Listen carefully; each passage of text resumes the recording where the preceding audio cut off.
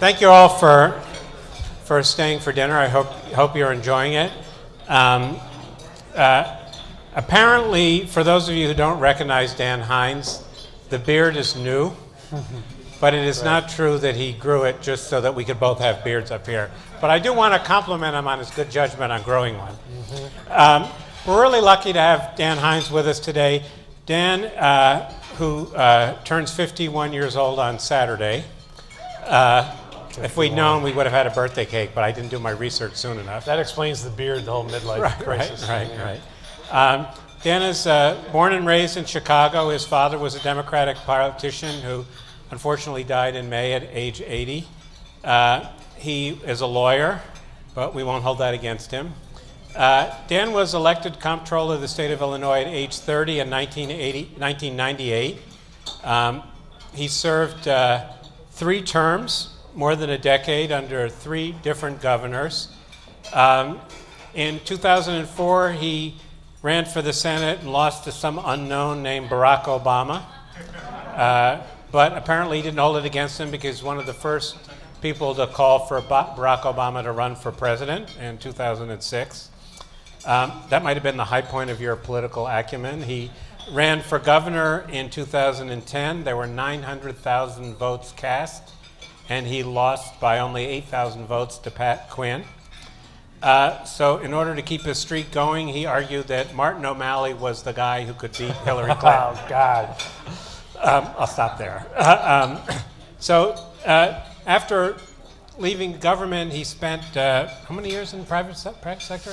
8 years. 8 years in the private sector, various pension consulting firms, and then Governor Pritzker recruited him to come back into government. And as you know, Illinois is a particularly interesting state. You can define interesting however you like. And I did note that since Dan has become the deputy governor, Illinois' yield penalty in the muni bond market has shrunk to the lowest level since 2014. And I understand like 90% of that is Dan and 10% of it is Governor Pritzker, right? So I thought it would be interesting, Dan, if you could take us back to 1998. You become comptroller, and walk us through a little bit what happened in Illinois that brings us to the point where we are today. Well, okay, so I was elected comptroller in 98, took office in 99, and I do remember taking over. I brought a lot of new staff there, but there were a lot of people who had been in that office a long time, including those who worked in our accounts payable division, the bill processing division, cash management division. And I remember somebody remarked to me, like after a few months, just how lucky I was to be in a position to actually be able to pay the bills on time. And I'm like, I don't understand, isn't that our job? And they're like, well, a few years ago, we had like a $500 million backlog of bills, and people were waiting 7 days to be paid. And I'm like, wow, and we had a surplus of about $1 billion, and so we were paying them as they came. And I didn't really understand the significance of that, and then flash forward a couple years, and we had been warning about some problems underneath the surface financially, that there was overspending, there were budget gimmicks being used. And then when we had a recession and things kind of came to a halt and started deteriorating, we had this backlog of what grew to, I think, in my term, to a maximum of maybe $5 billion, where people were waiting 6 to 8 or 9 months to be paid. And then that's really when I remembered that conversation about that it was just such a blessing and such a so this was the unusual recession of the thing. early 2000s? This was in 2000s. So we then went into this triage mode of paying bills, delaying payments, trying to juggle bills and really anticipate revenue infusions in order to pay them, and haven't been out of that mode since. So I don't know, not many other states operate that way, and that's when I realized that Illinois was unique in that regard. And then I think the other part that I realized was unique, that we have a history of having chief executives who get into legal trouble. And so I served under 2 governors in a row that went to jail. And so I don't know if there's a relationship there, but that's what that was the environment that I So what entered is into. it? Was it bad governance?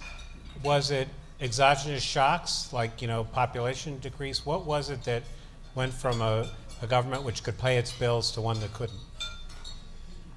It was basically bad budgeting practices of, like, even when I said we had that $1 billion surplus,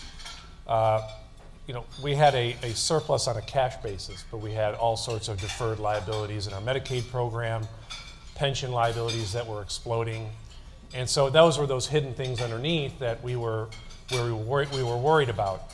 So it was part of it was economically driven, that revenues just took a hit, but we were so fundamentally and foundationally flawed that we were just ill prepared for that. So, and that's why it didn't take very long for it to happen either. It wasn't like a slow deterioration. It just, as soon as revenues started to slide, all of these hidden liabilities and kind of end-of-year fiscal pressures created the problem. One of the things I noticed in some of the stuff I read on the Illinois budget is that we always talk, or economists often talk, about the balanced budget constraint, but you don't actually end up after the fact running a balanced budget very often. It's sort of like you project one and then things don't work out and you don't have to make it up. Is that? That is right. When I was in office, in the comptroller's office, we'd always point to the three different escape hatches from the balanced budget requirement. One was that there was no real scientific or certified way to estimate revenues, and so they would often back into their revenue estimate. The leaders would come together, say, how much do we want to spend, then how do we adjust our revenues to meet that. It wasn't entirely like that, but around the edges. Yeah. Let's put it that way. The second way was deferring pension payments, because unlike corporations, we were basically self-policing our pension contributions. And then the third way were the healthcare Medicaid liabilities that I talked about, where all bills are required to be paid by the end of the fiscal year or the lapse period, except for healthcare bills that could be paid after the fiscal year. So considering at that time we were spending, $9 billion on healthcare, that gives you a huge cushion to just push $1 billion, $2 billion of healthcare bills into the next fiscal year. So you're right. I mean, the balanced budget requirement that the state has, at least at that time, was easily avoided. They have since changed that one loophole on the Medicaid expenditures and don't allow that, which is good. There's definitely more enforcement on the pension contributions, which is good. And I think there are more honest revenue forecasts being conducted as well. So you instituted a rainy day fund when you were comptroller, because it didn't last very long. What's the story on that? Didn't last. Yeah, we fought for years to get it put in place. We did get it.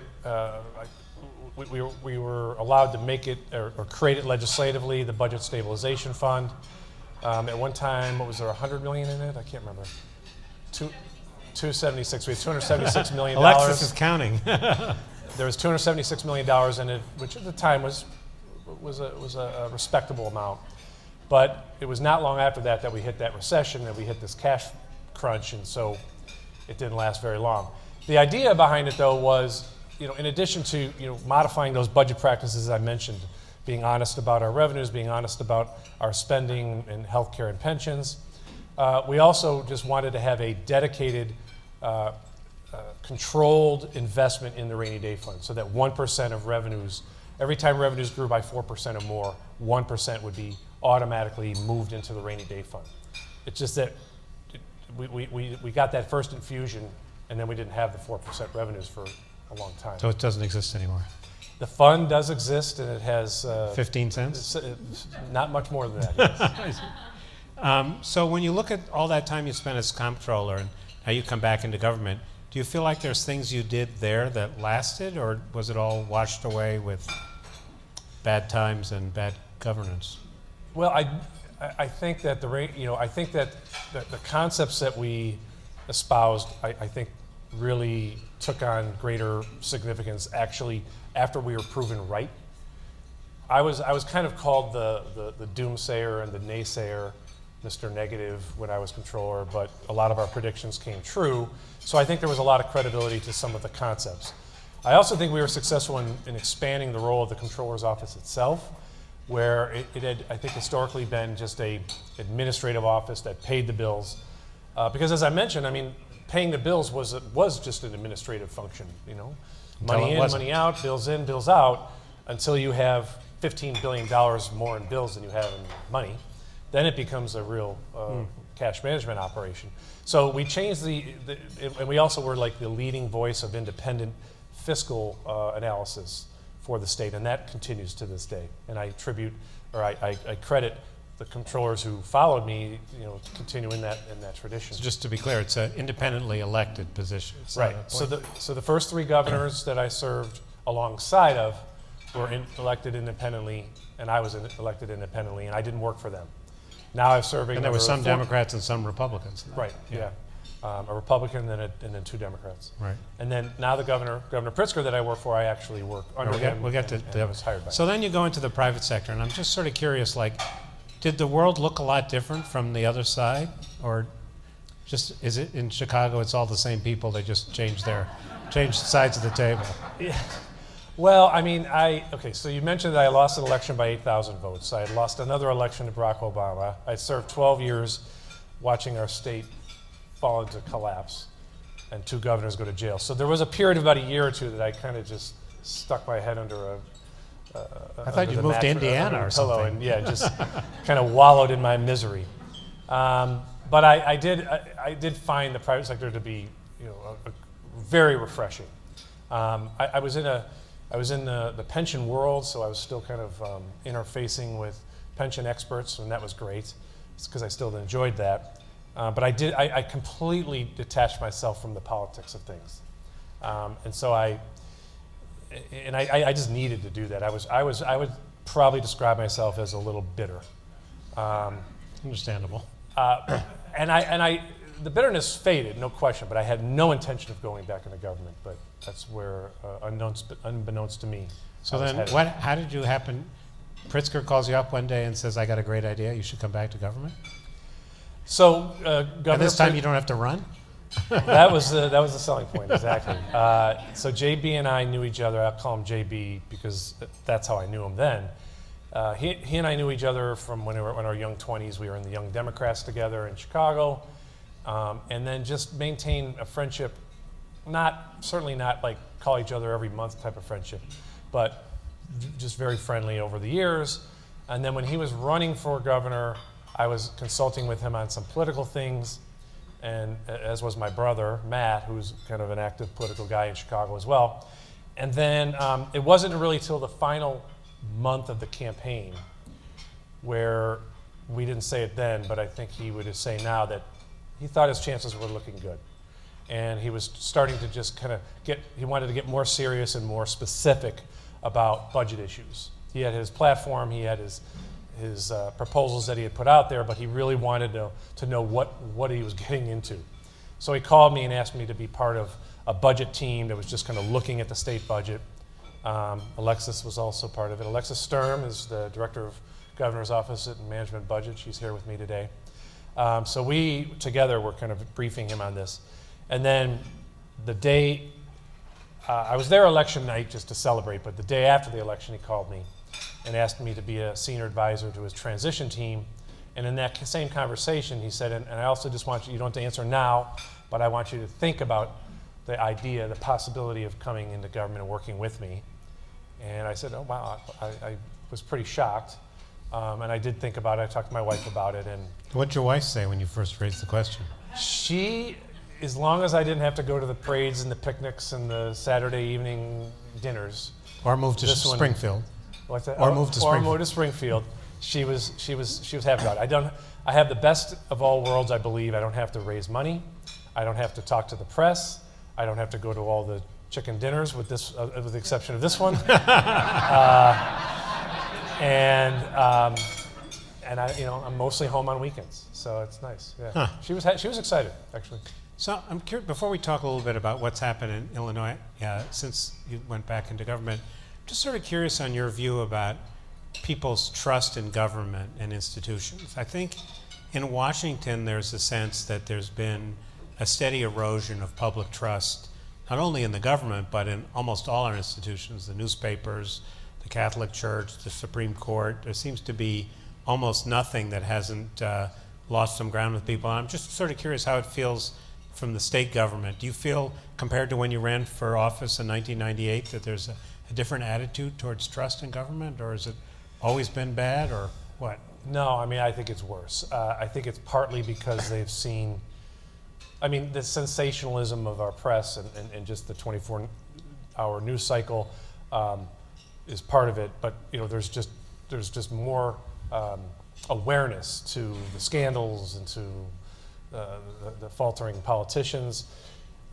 There's also greater balkanization of our politics in Washington. There's greater over-reliance on fundraising and money and negative ads and campaigns.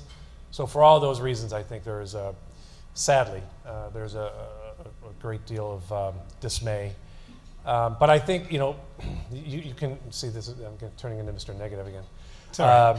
But I think you can, what inspired me to do this is that, one person at a time, one accomplishment at a time, one public official at a time, I think we can restore that and give people a reason to believe again. And we're starting in Illinois because there it's a different type of dissatisfaction. It's all those things I just mentioned, as well as just infighting, because here's it's balkanization by party. There it's balkanization by personality, where we've had just big, powerful legislative leaders not agreeing with the governor and this and that. And so it didn't always have to do with party. And I think that now, I don't want to jump ahead to the successful session we just had, but I think more important than the list of items we got accomplished is the fact that I think people feel that government is working again in Springfield, Illinois. Right. So describe a little bit for people who aren't familiar, what was the fiscal situation that you and Governor Pritzker inherited? What was the... Well, it was a $3.3 billion budget deficit. So what's the size of the annual budget in Illinois? It's like the operating budget's about 40. 40. And it's basically, the problem though is not that 1 year deficit. Mm-hmm. It was actually this continued backlog of bills that has ebbed and flowed, but is in the $5 to $6 billion range continuously, and will be in the foreseeable future until we can start paying that down. And this budget does that. But it was that, and then the fact that there was, what we felt was an archaic and unfair tax system that imposes a flat tax, and that flat tax has been raised and lowered over income the last. Tax. Pardon me? Income tax. The income tax has been raised and lowered many times over the years, which creates budgetary and economic uncertainty.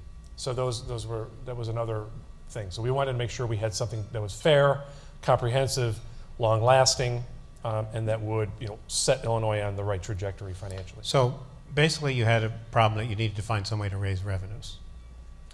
Yes, that and the governor had been clear about that in the campaign. I mean, he ran on the fair tax, so he was not hiding from the fact that we had a revenue problem. Clearly, spending is part of the equation, and we had to control our spending. But yeah, he was very open about the fact that we were going to have to raise revenues. Right. So in this budget, you don't get any. We'll talk about the graduated income tax in a minute. You have some. You did some gambling, right? Some marijuana. Raise the gas tax, right? Yes. Is that right? Yes. Yeah. We did Anything you left off? Let's see. Yeah, we don't want to go through the whole litany, I'll tell you that, because it's not a. And I give credit to the governor. He as I said, he acknowledged there was revenue needs, and he took on a lot of political incoming to do it. So the motor fuel tax that will go up to fund transportation, indexed to inflation, so that it doesn't have to be part of the political discussion every year. raising vehicle fees and other things to fund the capital bill. We're reforming our sales tax system to make it more consistent with the internet commerce that we have today. We legalized cannabis, expanding gaming and adding sports betting to Illinois. Did you cut any spending? We were very disciplined in our spending. Our original budget focused on only three things: education, health and human services, and public safety. So, the state government had, because of a 2-year budget impasse, had really been hollowed out, and spending and our social service infrastructure had really suffered. So there were not a lot of major cuts to be found. You should explain that for people to know. You went a couple of years without a budget. Right. So the governor prior to J.B. Pritzker was Bruce Rauner, and he had a particular agenda that he was trying to get advanced through the General Assembly, that most of which really had nothing to do with the budget, but he basically was at loggerheads with the legislature over his agenda, and therefore refused to kind of sign on to a budget for 2 years. So the state of Illinois was operating on basically a series of court orders and consent decrees and emergency and continuing appropriations. And so there were a lot of agencies that just fell through the cracks of that web of consent decrees and court orders. So the Constitution of the state of Illinois says you can have an income tax, but it's got to be a flat rate. Mm-hmm. And the legislature has approved a constitutional amendment that allows you to have a graduated income tax. You've outlined some rates, but the voters in November 2020 will be asked to approve a constitutional amendment that will allow for a graduated income tax rate. Yeah. So talk a little bit about the economics and politics of that whole thing. Well, so just getting it to the point we're at now was, I think, a major undertaking, because it requires a supermajority vote in both chambers of the General Assembly. And while the Democrats do have supermajorities, there are a lot of conservative Democrats. There are a lot of nervous target candidates who are reluctant to get involved in big discussions about that may not be very popular at home. So we worked very hard in the House and the Senate to get it passed. First was basically outlining what we want to have the rates look like. The rates will not be in the Constitution; they will be done by statute. But we wanted it to be clear what you would be voting for if it ultimately was put on the ballot. So we have a top rate of 7.99%. And what's the flat rate now? 4.95%.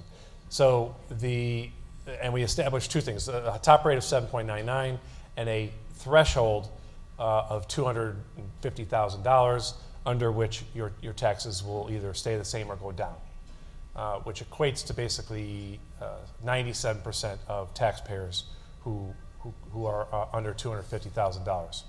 So by doing that, I think we were transparent and also make it very clear that 97% of the population or of the taxpayers would be held harmless.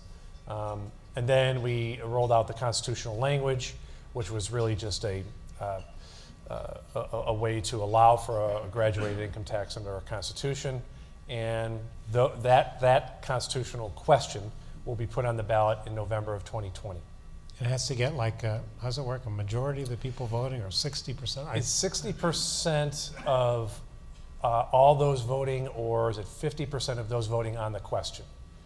So if there tends to be drop off as you get down the ballot. And what do the polls look like now? I think we feel very good about it, and I think that as this has become an educational process for the public, support is rising.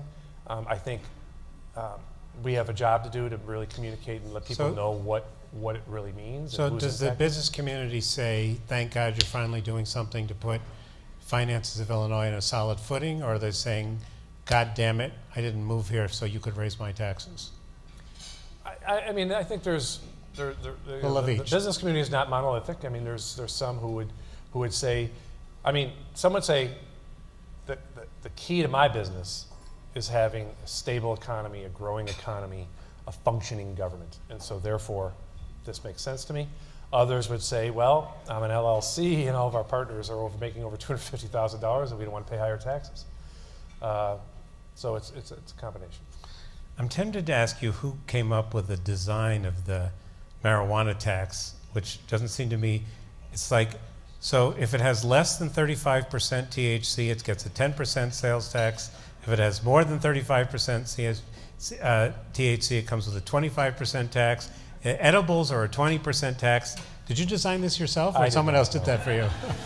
No, I did not, and I'm sure there's an academic in the room who could explain it better than me. But I will say that I think, I do think that you have to recognize that there are different forms.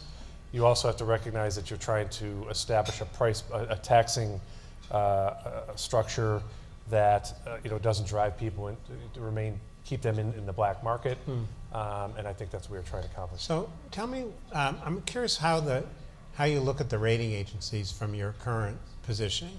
Do you find them a useful lever in helping politicians understand the reality? Do they appreciate what you're doing? Are they unnecessarily skeptical? Are they too gullible? How do you look at the rating agencies? Are there any here? Yes. No, I think they play an important role. Like, everyone likes to complain about the media, but the media, I myself did just. I've noticed that, yeah. Earlier, but they play an important role, obviously. People complain about their auditors. They play an important role.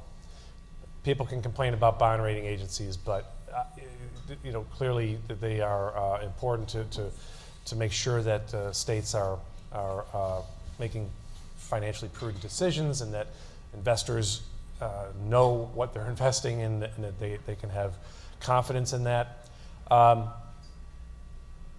Over the years, I think there's been different approaches taken by the rating agencies. I think right now they're at a point where they're providing incredibly important feedback and instruction for investors, and then we look at it as a way to, I would say that legislators and decision makers now have voices other than their constituents, other than the media, that they have to be accountable to and responsive to, and that's good. Okay, so let's talk a little bit about, before we go to the audience for questions, a little bit about the pension situation. So I read that Illinois spent more on pensions than on educating children last year, which is a change from how it used to be. You have some big state pension plans, you have lots of small municipal plans. So let's start with the state plans. What's the nature of the problem, and how are you guys addressing it? The governor had proposed doing some things to spread out pension payments, but then when you had more revenues than you anticipated, he abandoned that plan. So how would you describe the nature of the pension plan, and what's your what do you plan to do about it?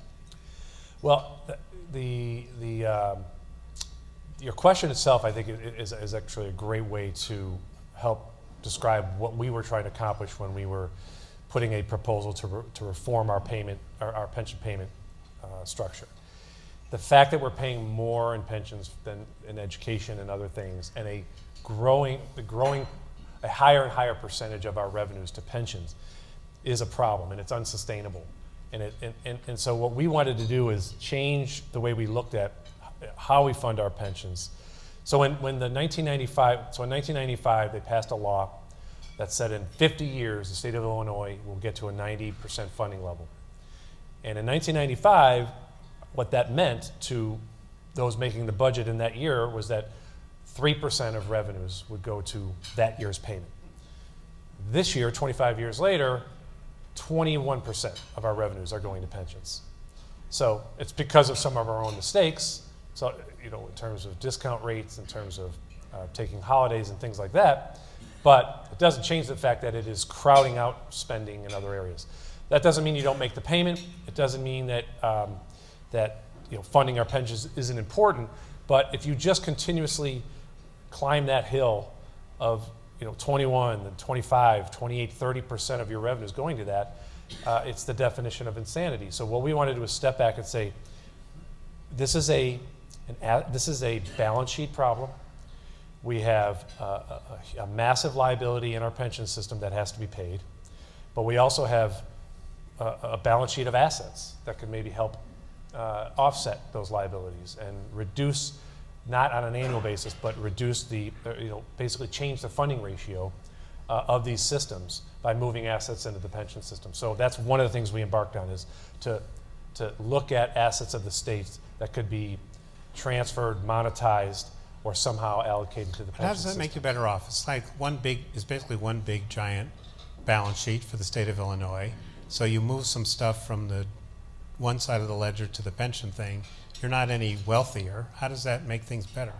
Well, I mean, I think there are some assets that have greater value if they're either, well, in the case of the Thompson Center, for example, the state building, it's a building that was designed poorly, and if we can consolidate leases and move into a cheaper, more efficient structure, we could put money into the pension system for that. If there are things, other properties of the state that are underutilized, or we have a whole inventory of surplus properties that have, in its current form, are generating no revenue. So if you can find an asset that has revenue generating potential or monetization potential, but it's just not generating it now, then move it in. I agree with you. But just why moving should it from here to here doesn't do it. Why can't you generate the revenue while it's still on the state books? What's moving? Well, what's the because magic of nobody is looking at these assets the way we're going to be looking at them. Whether it's looking at the lottery, looking at some of the land and buildings that the state owns, what the leases we currently have, and so it's not a silver bullet, but I think it's a way we can look at the thing from many different angles. Mm-hmm. Another one is dedicated revenue sources for the pension system. Consolidating. What do you have left? You pretty much taxed everything up in the budget, right? Well, we've called for at least $100 million of the fair tax to go to pensions, for example, over and above what the amortization schedule calls for. I see. And what's the deal on trimming benefits and COLAs in Illinois? That's a no-go with the courts, or? Well, it has. We've been through many iterations of pension reform in Illinois. The most lasting and impactful was creating Tier 2 retiree or Tier 2 employees. Nearly 50% of employees right now are Tier 2. What does that mean? Tier 2. It's basically the COLA that you talked about, the guaranteed 3% COLA. Tier 2 employees don't get that. It's a longer retirement age. It is a salary cap of I think it's $106,000 is the highest that's pensionable, and so there's a lot of reduced benefits for Tier 2 employees, and 50% of employees are there. What has also been attempted but unsuccessfully because of court challenges was retroactive changes to the Tier 1 employees, getting rid of the COLA or modifying the COLA and other things. It has been litigated and litigated, and we just don't believe there's any room there. Some are saying, well, why don't you change the Constitution to allow for it? Because the reason it's been struck down is because of the state Constitution. There is a concern that the federal contracts clause would prohibit us from changing it in the state Constitution, basically taking away a benefit that's protected under a state contracts clause in the Constitution through the federal Constitution. So, as I understand it, there's a big municipal pension fund that is the non-police and fire, but there's lots of small pension funds throughout Illinois, and there's been some talk about consolidating them to get better economies of scale and stuff, or is that just a we have a task force created, and it's basically bringing the stakeholders together: the police, fire, municipal league, and then some outside experts who are working with us to kind of come up with a sensible way to bring 650 individual police and fire pension funds under one investment umbrella. Because, I mean, there's two components to it. One is the benefits administration, which is a whole other conversation, and it's complicated and controversial.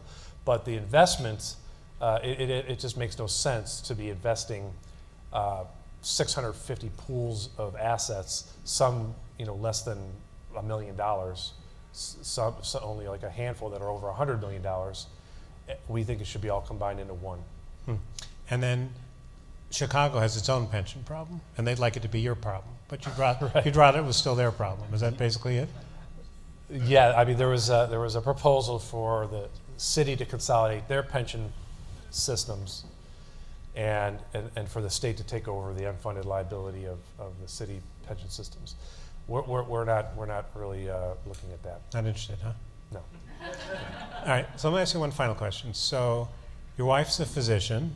As we were talking, she made the mistake of saying she was working part-time, but we know what that means. Yeah. You get paid for part-time and you work full-time. You have a 14-year-old son and 12-year-old twins. So how do you manage that? How have you managed to have a family and do the jobs you do with your wife working as a physician? Well, I mean, I have a wife who's a superstar for one thing. She's fantastic. But like, we're good partners. I don't know how else to say it. Like we just coordinate and do the best we can to cover each other and allow each other to pursue their professional careers. But I the part that really I can't believe she let me do was, had I won for governor in 2010, I mean our kids were whatever 6 and 8 at that time. It would have been. I'm not sure we would have survived that. So maybe she knew you weren't going to win. An unanswered prayer. Yes. Maybe she was one of the 8,000 who voted against me. Have you ever asked her? Actually, I haven't. And do you think it's been hard on your kids having parents who have such big careers, or do you think that's just they good for were them? so young they barely remember my political career, but there are some YouTube videos of my commercials that they are in, little guys that they were, and they think that's really cool. Cool, huh? And then they just really didn't know I was in that world, until President Obama was nice enough to let us come visit him in the Oval Office. They thought that was pretty cool too. But that'll do it. Yeah. Yeah, but now that I'm in government, they're really excited about it. They think it's super cool that their dad is doing,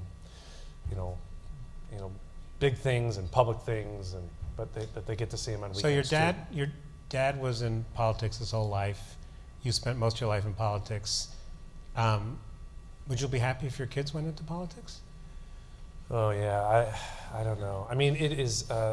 I am not very adept at social media, and I talk about all the changes that have taken place with social media.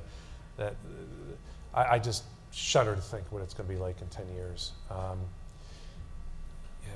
If there was social media when I was in college, oh boy, I'm not sure I'd have been in office. No, I really don't know. I don't know what the world's going to look like in 10 years, 20 years, but I would be proud if they chose government, no question about it.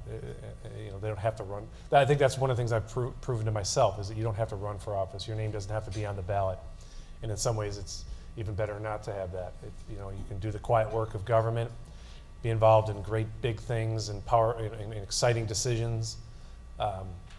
But be maybe one step removed from some of the negatives. Happy to take some questions. I think we have. Do you have a mic somewhere? Finn, there's. Raise your hand Finn? higher. Where's Finn? My son's name is Finn. Oh yeah. This is Finn. Finn's German though, not Irish. Thank you. Could you talk a little bit more about constitutional issues? Two in particular strike me. One is what's sometimes called the California rule, which is where you might be able to change the Constitution to allow you to change prospectively benefits for the current workforce. And the second would be OPEB, which appears to be retiree health benefits, which appear to be protected. Are they potentially live constitutional issues, and are they part of a Plan B if the progressive income tax fails? Can you just identify yourself, Don? Don Boyd, Rockefeller College. Well, if I understand your question correctly, the prospective changes we've already done, and I think we can continue to do. Is that what you're talking about? Employees, but for existing workers. Oh, right, I see what you're saying. Yeah, no, I think that's also been challenged. I don't know. I used to be a lawyer, so I shouldn't go further than that in terms of the California rule. But part of it is, we're not trying to just throw our hands up in the air and say there's nothing that can be done. But there is an element of where do we want to put our energy and focus? Do we want to put it on something that's just going to be tied up in litigation for 5 years? Or do we want to do it constructively on things we know will pass constitutional muster? And that's what we're choosing, the latter. The second part of your question was? OPEB. OPEB, yeah. Well, so when I was first in the comptroller's office, I don't even think OPEB was even recognized in the financials. And it was just a massive problem that was just gone unnoticed. And we've come a long way from there, thankfully. But that continues to be a challenge for Illinois to make sure that we're funding our healthcare liabilities and employee benefit liabilities, not only in a responsible way for today, but projecting out and recognizing them in the right way. I'm going to pass the mic to George. Hi, George Friedlander, Court Street Group. I think an important hypothetical that if it applies right to your state, maybe elsewhere too. You have structurally insufficient bridges, say, and water systems, say, and essential services that are getting hit really hard, and all kind of other infrastructure spending that's needed for climate change, for all the other changes that are coming. And you take all of that into court in terms of the pension liability. Does a judge look at it that differently, or is that just a dead issue? Yeah, I don't think judges are going to say, well, there's a greater public benefit to allowing this constitutional provision to be overlooked by what you're saying.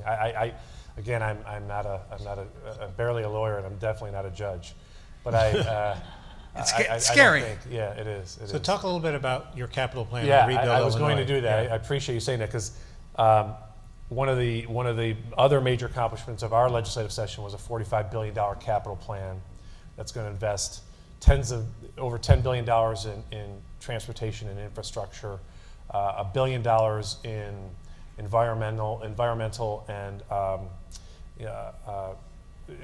and green energy initiatives, and many other mass transit, schools and higher education institutions.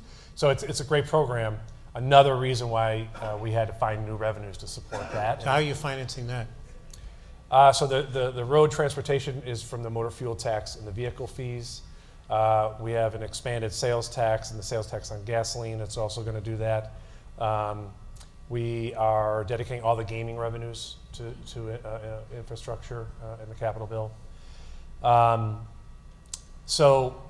was a major thing. And before I'm done, I'm going to go through the whole list of the things that we did, because when you step back, it was quite a session, from a balanced budget to putting the fair tax on the ballot, to a capital bill, to legalizing cannabis, to expanding gaming and creating an economic opportunity for Illinois in that regard too. And then there's one over here. Oh, why don't you start, and then the mic will come to her. Thank you, David. Micah Green with Steptoe & Johnson Law Firm. Thank you for coming tonight. But picking up on what you just said about, you used the term Okay, go ahead. Sorry. dedicated revenues. Many bond issuers who have fiscal constraints will try to lock up a stream of revenue to reduce the cost of borrowing for that purpose. And yet we've seen the judge in the Puerto Rico restructuring start to challenge the validity of that locking in the revenue. And it's actually affected ratings in Illinois now with the Toll Highway Authority. Do you have a growing concern? And I know it's hard to judge the market effect of it because there's so much demand without advanced refunding volume.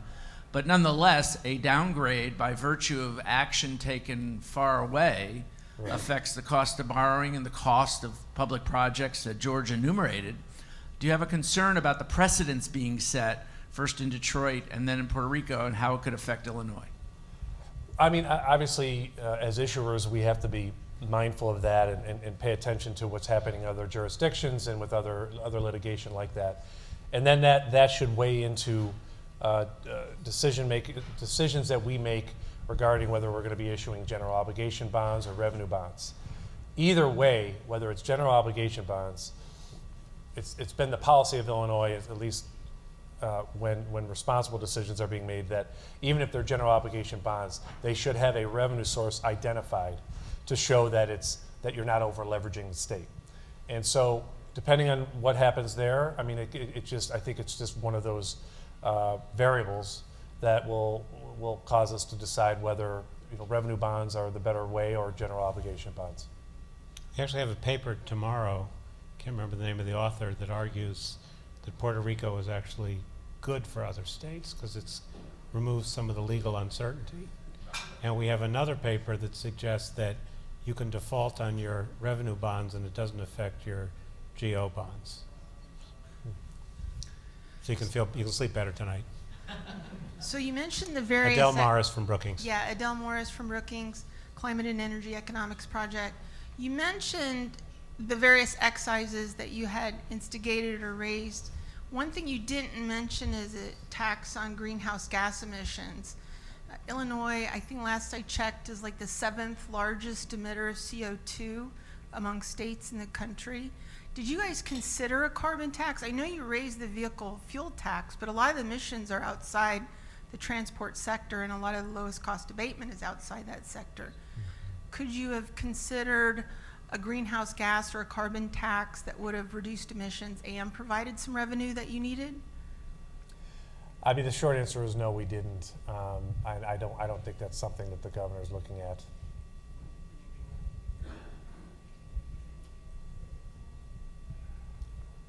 Sorry, that's the old politician in me. I keep it short.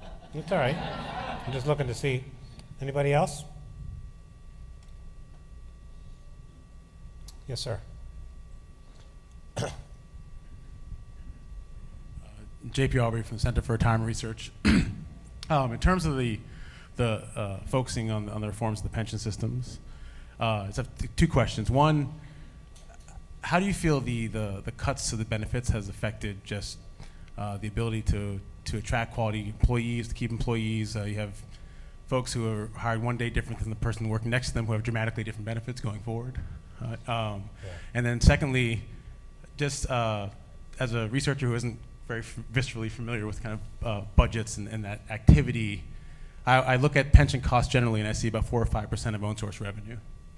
And Illinois is a little higher than that because it's where it's funded. But when you're thinking about the reforms and the amount you can gain from making reductions, you're probably talking about 0.5% of own source revenue without making really serious structural changes to the whole system and scrapping DBs generally. So when you're thinking about reforms and what that will do for reducing expenses and improving the budget, how do you frame that for the public so they don't expect that pension cuts can save the day, or do you think they can save the day? I don't know. Yeah. Right. Well, that's a very good. The first part of your question is such an interesting observation. You do have two tiers of employees, and one tier, one set has a more attractive pension benefit than the other. And I don't know. I mean, I think people, they accept the job knowing what the benefits are. So I don't know if there's like resentment there. And I also think that you would probably hear from people in the private sector that to have any defined benefit plan would be a real nice thing. So on the other hand, I will say this, that cap that I mentioned, and I don't know if it's been indexed, if it's over 106. What is it now? I don't even. I don't remember the number. But it started at 106. It might be a little higher now. This cap meaning that on which your pension is calculated. Right, exactly.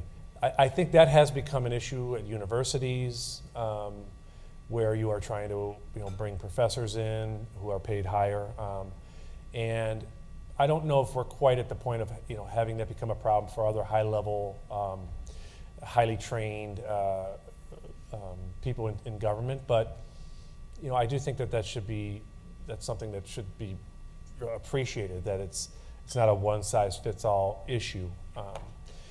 The second part of your question, I think I understand it in the sense that pensions are absolutely one of the largest problems that Illinois has. And I've talked about the fact that it is consuming a great deal of our revenues and become a real burden for the state, no question. But I think it has become such a cloud that it's the boogeyman of Illinois finances and a lot of other states as well. And I think it does detract from more thoughtful and comprehensive discussions about what the overall problem is in state government. And I actually think it has allowed public employees to be demonized unnecessarily. Okay, with that, please join me in thanking the Deputy Governor. Thank you.